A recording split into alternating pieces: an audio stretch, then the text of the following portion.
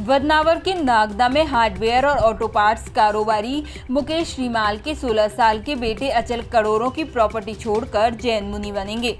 खेलने कूदने घूमने फिरने और मोबाइल के शौकीन अचल ने संयम और त्याग की राह पर चलने का प्रण लिया है। 1.5 साल से अचल एसी और पंखे तक में नहीं सो रहे। 4 दिसंबर को अचल का दीक्षा समारोह होगा। जैन संत जिनेंद्र मुनि अचल को गांव में ही दीक्षा देंगे। अचल परिवार के इकलौते बेटे हैं। उनसे बड़ी एक बहन याचिका श्रीमाल है। अचल ने 9वीं क्लास तक की पढ़ाई की है।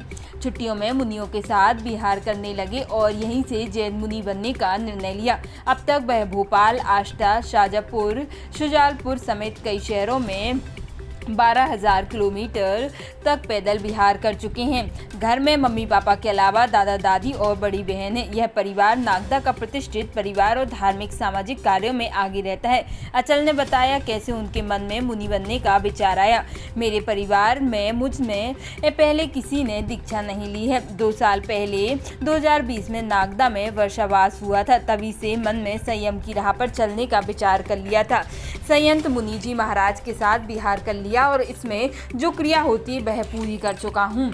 जैसे बिना पंखे रहना, पैदल चलना, इसका पालन 1.5 साल से कर रहा हूँ। इसलिए मुझे दीक्षा लेने की अनुमति मिली है। माँ पिता बोले हम सौभाग्यशाली पेरेंट्स हैं।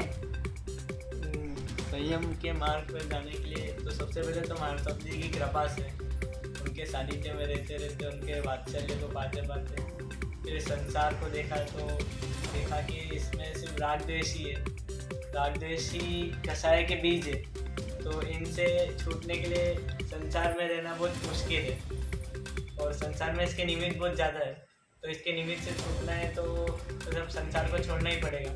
जितने ज़्यादा निमित्त होता है राग द्वेष बढ़ेगा और संसार में सबसे कम निमित्त है ही नहीं। सबसे ज़्यादा कम निमित्त संयम नहीं है। इसलिए मैं संसार को छोड़ के संयम में रह सकता हूँ।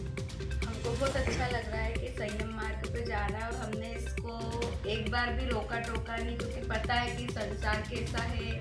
हम सब देख ही रहे हैं कि संसार में क्या है और क्या नहीं है और उसको करते हुए मैं नहीं चाहती थी कि मैं भी इसको संसार के पचड़ों में इसको फंसाऊं और इसके जीवन को व्यर्थ करूं। तो मुझे यही सही लगा कि यही मार्ग अच्छा है इसके लिए। तो हमने सहर्ष, इसके पापा ने और हमने सहर्ष ही इसको हाँ कह दी कि कभी इसको हमने रोका टोका नहीं यहाँ पे जाने के लिए। जी, जी, जी,